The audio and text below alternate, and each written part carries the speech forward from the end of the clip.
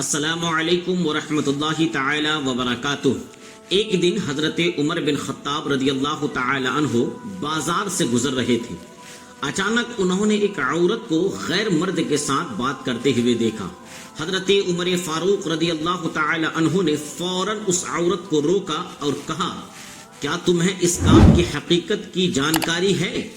اس عورت نے شرمندگی سے کہا، یا عمر، میں نے اس شخص سے صرف بات کی تھی، میری کوئی نیت نہیں تھی۔ حضرت عمر فاروق نے ان کی یہ بات سن کر کہا، تمہارا یہ کام ہی غلط ہے کہ یہ تمہیں گناہ کی طرف لے جا سکتا ہے۔ اس کے بعد حضرت عمر فاروق رضی اللہ تعالی عنہ نے عورت کو توبہ کرنے کی نصیحت کی اور اسے اللہ کی طرف لوٹنے کی دعوت دی۔ تو اس واقعہ سے پتہ چلا کہ غیر مرد کے ساتھ تعلق اور بات چیت بھی ایک خطرناک موڑ لے سکتا ہے جو انسان کو گناہ کی طرف لے جا سکتا ہے۔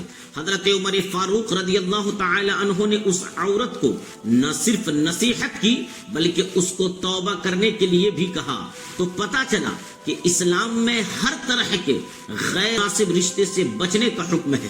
آج کا یہی سوال ہے کہ آخر عورت غیر مرد کے پاس کیوں جاتی ہے؟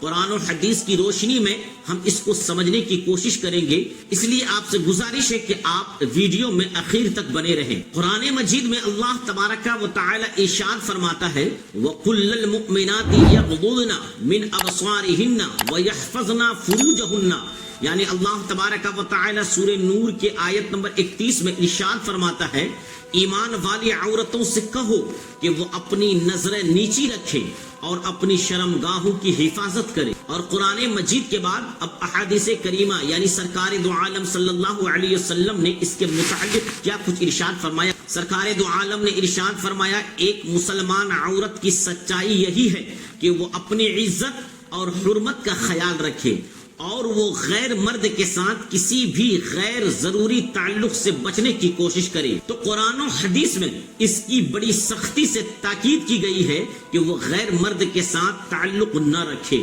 لیکن اس کے باوجود ایک عورت غیر مرد کے پاس کیوں جاتی ہے؟ تو ماہرین کہتے ہیں کہ وہ 4 وجہ سے غیر مرد کے پاس جاتی ہے۔ پہلی وجہ ہے ہم بستری کی خواہش پوری نہ ہونا۔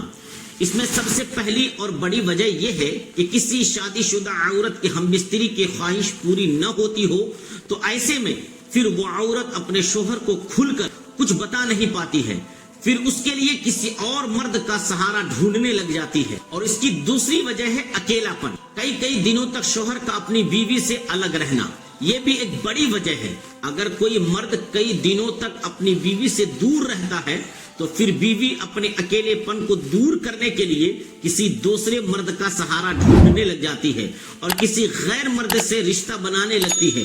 اور اسلام میں یہ جائز بھی نہیں ہے کہ کوئی شوہر اپنی بیوی سے کئی سال کئی مہینے تک دور رہے، یہ اسلام میں بھی جائز نہیں ہے۔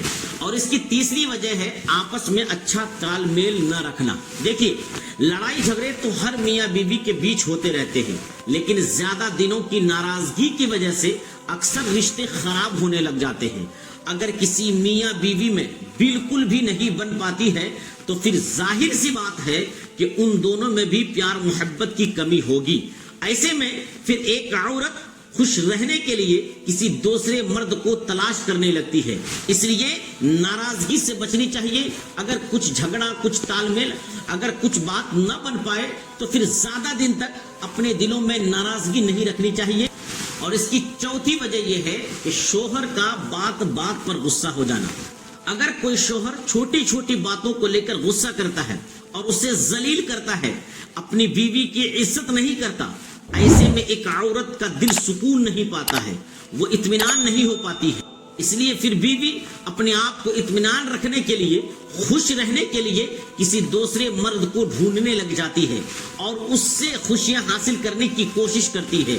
تو یہ 4 وہ باتیں ہیں جس کی وجہ سے ایک عورت اپنے مرد سے بغاوت کرتی ہے، اپنے شوہر سے بے وفائی کرتی ہے اور وہ کسی دوسرے مرد کے پاس چلی جاتی ہے اور کسی غیر مرد سے رشتہ بنانے لگتی ہے۔ اس لیے اگر آپ چاہتے ہیں کہ آپ کی بیوی ہمیشہ آپ ہی کی ہو کر رہے، آپ کے ساتھ کبھی بھی دھوکہ نہ کرے، تو یہ 4 غلطیاں بھول کر بھی کبھی نہ کرنی چاہیے۔ تو یہ واقعہ اور احادیث کریمہ اور قرآن مجید کی آیتوں سے پتہ چلا کہ ہم سب کو اپنی عزت اور ایمان کا خیال رکھنا چاہیے۔ اگر ہم چاہتے ہیں کہ ہماری بیویاں غیر مرد کے پاس نہ جائیں تو ہمیں ان کے ساتھ محبت، ان کا احترام اور ان سے ایمانداری سے پیش آنا ہوگا۔ تو خلاصہ کلام یہی ہے کہ آپ اپنی بیوی کی عزت و احترام کریں اور شریعت کے مطابق انہیں چلنے کی تاکید کریں۔ امید ہے کہ آج کی یہ ویڈیو آپ کو اچھی لگی ہوگی۔ السلام علیکم ورحمۃ اللہ تعالی وبرکاتہ۔